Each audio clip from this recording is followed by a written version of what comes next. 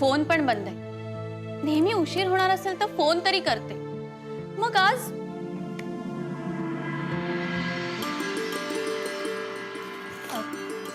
Sorry Radhika, आज थोडा उशीर झाला ना मला घरी यायला. थोडा खूप उशीर झालाय. ताई एक फोन तरी करायचास. उगाच काळजी वाटत राहते. अगं सॉरी म्हटलं ना. बघ हवं तर कान पकडते. उठबशा काढू का? तू फक्त बोल. बास बास. कुठे होतीस?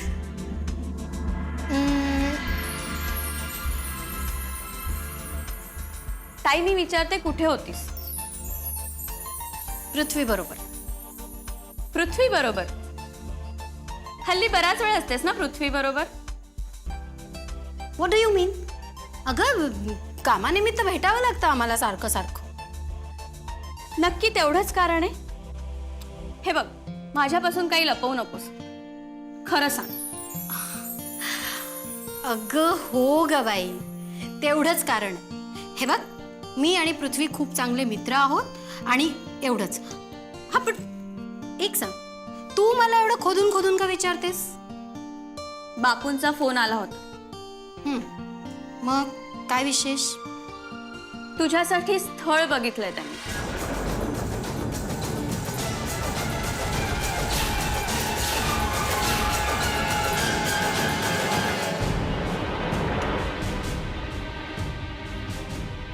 दिग्विजयराव आणखीन एक घ्या की. नाही नको नको बस. One for the road, one for the party. नको नको. तुम्हाला सांगतो माने साहेब, अलीकडे एकत्र बसून पिण्यासारखे मित्रच उरलेले नाही आहेत.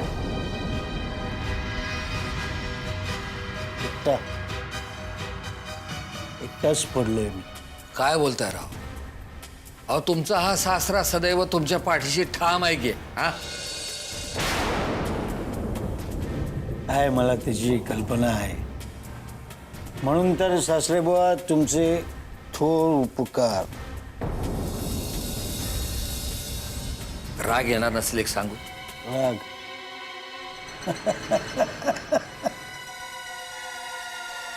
अलीकडे रागालोभाच्या पलीकडे गेलोय मी. बोला बोला बोला. कसं आहे ना, आजकालचं जग फार वाईट होत चाललंय. खऱ्याची दुनियाच राहिलेली नाहीये. ज्याच्यापाशी सत्ता असते ना, त्याच्या पाठीमागे सगळेजण वेड लागल्यागत धावत असतात. जो सच्चा आहे पण आर्थिक दृष्ट्या दुर्बल घटक आहे, आणि त्याला तो कोणी हिंग लावून विचारत नाही. म्हणजे मी बरोबर बरोबर आहे ना माने साहेब? म्हणजे मी.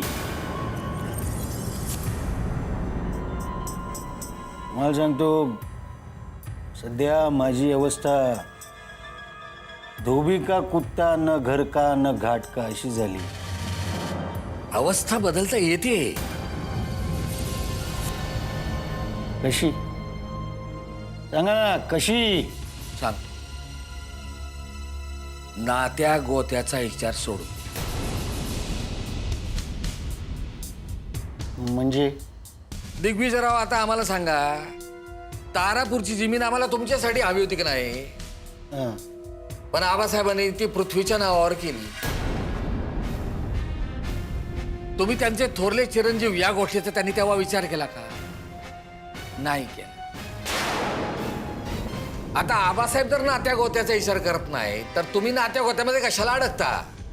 नाही, तुम्ही म्हणता ते बरोबर आहे, पण इतिहासापासून आपण शिकलं पाहिजे. डोकावून बघा इतिहासामध्ये. माणसाला जर यशस्वी व्हायचं असेल, मोठं व्हायचं असेल, तर नात्या गोत्यामध्ये अडकून पडून चालत नाही. प्रसंगी काळीच पत्कराचं करावं लागतंय. काय काय काय बोलताय तुम्ही माने साहेब? हा, अहो खरं तेच सांगतोय. ज्या माणसाने कधी नात्या गोत्याचा विचार केला नाही, त्याचा विचार तुम्ही कशापायी करताय? हा, स्वतःचा विचार करा, सत्तेचा विचार करा. दिग्विजयराव, आयुष्यामध्ये खूप मोठी कामगिरी करायची असेल, मोठं व्हायचं असेल तर प्रसंगी त्याला दुसऱ्या माणसाच्या डोक्यावर पाय द्यावा लागतोय. त्याला दुसऱ्या माणसाच्या डोक्यावर पाय ठेवावा लागतोय.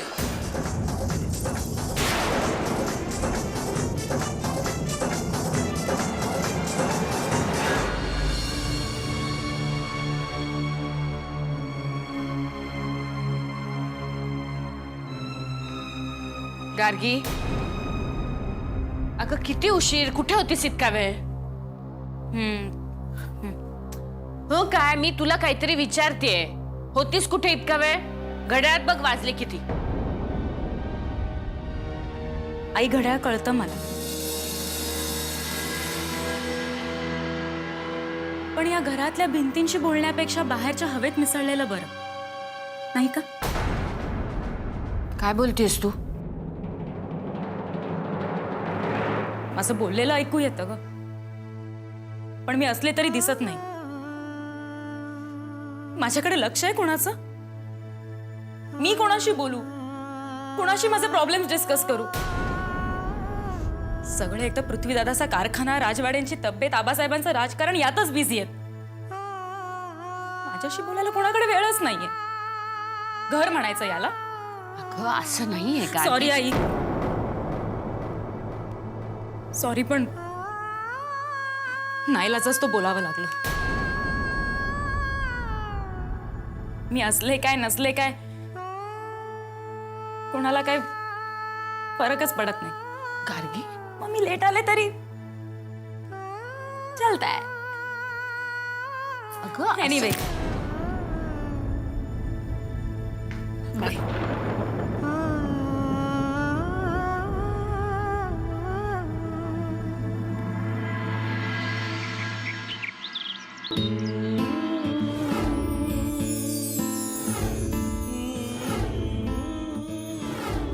पृथ्वी, ज्या डील बद्दल मला तुला सांगायचं.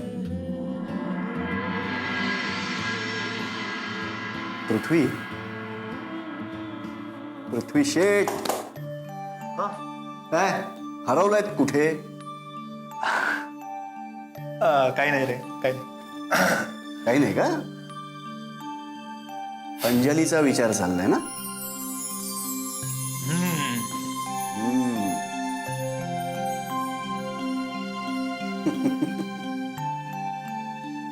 माझ्या मित्रा, प्रेम आंधळं असतं असं म्हणतात, खरंय. पण माणसानं कधीच एवढं आंधळं होऊ नये की ज्यामुळे त्याला त्याचं ध्येयच दिसू नये. एक्झॅक्टली काय म्हणायचंय तुला? एक्झॅक्टली काय म्हणायचंय तुला? तुला कळलंय मला काय म्हणायचंय.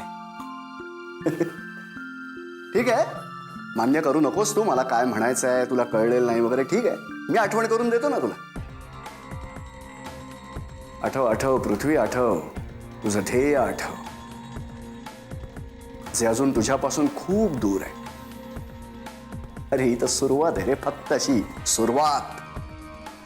आणि यावेळी तू प्रेमात पडणं म्हणजे तुझ्या त्या ध्येयापासून दूर जाण्यासारखं. अरे मित्रा, मी सुद्धा एक माणूस आहे. हो, माणूस आहेस ना, सर्वसामान्य माणूस नाहीयेस रे तू. You are a businessman. Of course you are a businessman.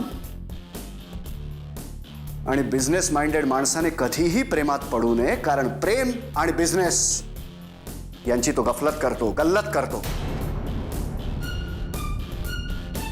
नाही नाही, तू प्रेम कर, अवश्य कर, प्रेम कर, पण ते तुझ्या या बिझनेसवरती कर.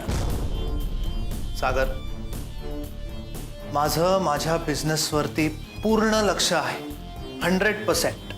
आणि बिझनेस डोक्याने केला जातो, पण डोकं चालवून प्रेमात नाही पडता येत.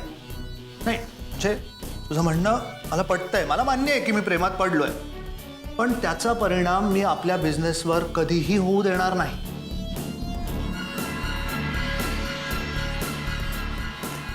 गुड. पृथ्वी, पृथ्वी, माझा तुझ्यावरती पूर्ण विश्वास आहे.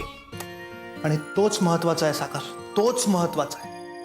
मी तुझ्या या विश्वासाला कधीही तडा जाऊ देणार नाही. I make you a promise. अरे पण अंजली,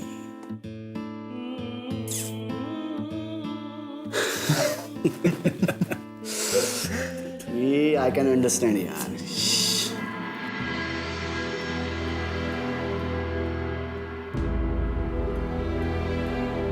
साहेब, थोडं बोलायचं होतं. बोला, ऐकतोय. कसल्या टेन्शन मध्ये आहात का? तुमचा नवरा आता सक्रिय राजकारणामध्ये आहे म्हटल्यानंतर एवढ्या वर्षात तुम्हाला एक कळायला पाहिजे की तो कायम टेन्शनमध्येच असणार, का नाही? हो, तशी कल्पना आहे मला. पण बोला, मुद्द्याचं बोला. नाही, राहू दे. तेवढं काही महत्वाचं नाही ते. महत्वाचं नसतं तर तुम्ही आमच्यापर्यंत आलाच नसतात. बोला. नाही, पुन्हा केव्हा तरी. अहो बोला बोला. मी असं म्हणत होते की पृथ्वीराज लग्न आता. काय एवढं लवकर? तुम्हाला कसली घाई झाली? नाही, घाई नाहीये, पण नसत्या कुठल्या तरी व्यापात त्याला अडकवू नका. आता नव्या जबाबदारीत नका अडकवू. वेळ आहे त्याला. मला वाटलं आतापासून जर आपण. लग्नापेक्षा माणसाच्या आयुष्यात महत्वाच्या गोष्टी बऱ्याच असतात. त्याआधी त्याला पूर्ण करू द्या, मग बघूया लग्नात. म्हणजे असं की पृथ्वीच्या लग्नाबद्दल काही चर्चा करण्याची आताही वेळ नाहीये. ती वेळ जेव्हा येईल तेव्हा आम्ही तुमच्याकडे विषय काढू. आम्हाला थोडं चिंतन करू द्या. चिंतन काय? माझ्या शब्दांच्या निखाऱ्यातून निर्माण होतोय ज्वलंत विचार. माझ्या शब्दांच्या निखाऱ्यातून निर्माण होतोय ज्वलंत विचार. मार्ग एकला चाललो नाही, घेऊन आहे असूड हाती. गौतम, एक मिनिट. काय चाललंय तुझं? कविता ऐकवतोय. आवडतात ना तुला? हो, पण तुझ्या कविता फक्त समाज प्रबोधन करतात, प्रेम नाही. आय मीन प्रेम व्यक्त करत नाही. अरे प्रेम कर भिल्लासारखं, बाणावरती खोचलेलं. अशा कविता का नाही करत तू? गार्गी, तो पिंड नाही माझा. का? तू कधी कोणावर प्रेम नाही केलंस? मान्य की तुझी आंदोलनं समाजातील एका घटकाला पुढे घेऊन जाण्यासाठी असतात. पण गौतम, आंदोलनाने हक्क मिळतात. मात्र हक्काची माणसं हवी असतील तर प्रेम करायला शिक. आहे ना माझं प्रेम. कोणावर? माझ्या कवितांवर, आंदोलनावर. कारण आंदोलनाने हक्क आणि हक्काने माणसं जवळ येतात. गौतम, इम्पॉसिबल आहेस तू. अरे या सर्वातून बाहेर पडून प्रेमाचा अर्थ लक्षात घे. वेळेवर प्रेम कर, नाहीतर एके दिवशी कोणी तुझ्याशी लग्न करत नाही म्हणून तुला आंदोलन करावं लागेल. अरे वेड्या, चल. मार्ग एकला चाललो हाती आसूड वगैरे काय जे काय चाललंय ना, जरा प्रेमाचा अर्थ घे.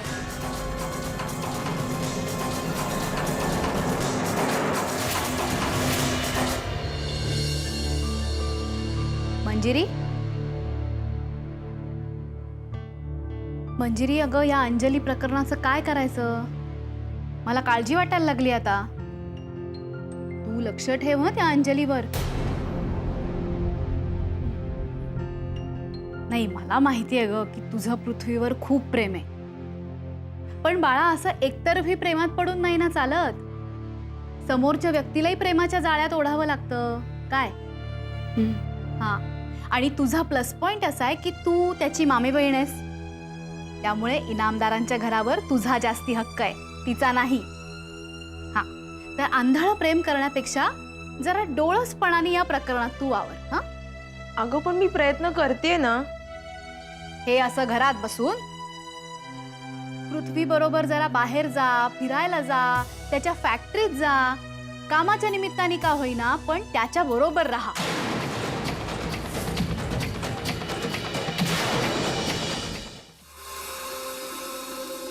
भाऊजी, हे काय आता नवीन? हा, कुठे धडपडलात तुम्ही? अगं धडपडलो नाही ग वहिनी. मग आता कसं जाऊ दे, नाही सांगत तू आता काही. हो, असं काय करता? सांगा ना काय झालं ते. आता आता मी काय सांगणार वहिनी, जाऊ दे. काय उपद्व्याप केलाय? मला न सांगण्यासारखं काही आहे असं का? काय बोलतेस ग वहिनी? अगं माझी एक तरी गोष्ट तुझ्यापासून मी आज सगळ्यात लपवून ठेवली आहे का? आता त्या सोहम पटेलच्या तावडीतून मी कसा बसा वाचलो, पण घोरपडे असं काय करेल असं वाटलं नव्हतं. कोण घोरपडे? काय केलं त्यांनी? आता त्या घोरपडीची जमीन अडकली होती त्या ग्रीन बेल्ट मध्ये. म्हटलं मी सोडून देतो, कारण तसं मला त्यांनी कबूल केलं होतं. आणि आता त्यांनी लगेच म्हणून एवढ्या कारणाकडून माणसं पाठवायची म्हणजे शिक्षा. काय एक एक उद्योग करत असता हो तुम्ही भाऊजी? हा, नाही म्हणजे हे बघ वहिनी, तू सांग म्हणालीस म्हणून सांगितलं. मी खरं तर सांगणारच नव्हतो, कारण तुला नेहमी असंच वाटतं ना मी काहीतरी खोटं खोटं नाटक करतो आणि तू मला मदत करावी म्हणून मी असं. पण आता हो, पण आता या सगळ्यात मी काय मदत करणार तुम्हाला? वहिनी, तू जर आबाला सांगितलंस की घोरपड्यांना फोन करायला तर खूप खूप उपकार होतील माझ्यावर वहिनी. साहेबांना? का पण? कशाला? अगं तू फक्त आबाला एवढं तर सांग, त्याला कळेल काय घोरपड्याशी बोलायचं ते. ऐक. हो, पण तुम्ही मला जर काही थांब वहिनी, मला डॉक्टरने इंजेक्शन घ्यायला सांगितलं होतं ते मी विसरलोय. मी जाऊन इंजेक्शन घेऊन भाऊजी? येतो. तू आबाशी बोलायला विसरू नको.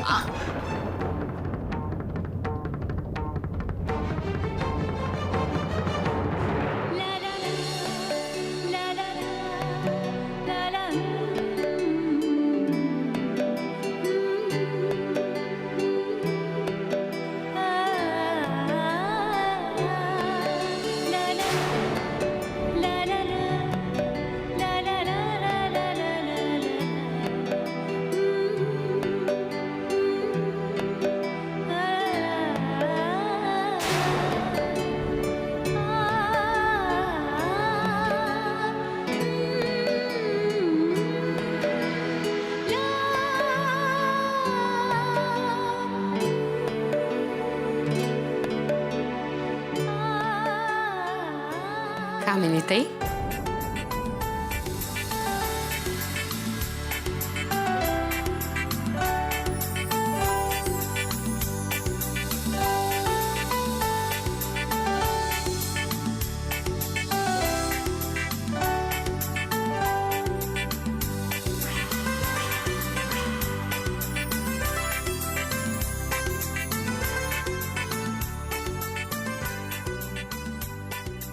किती छान दिसताय तुम्ही साडीमध्ये.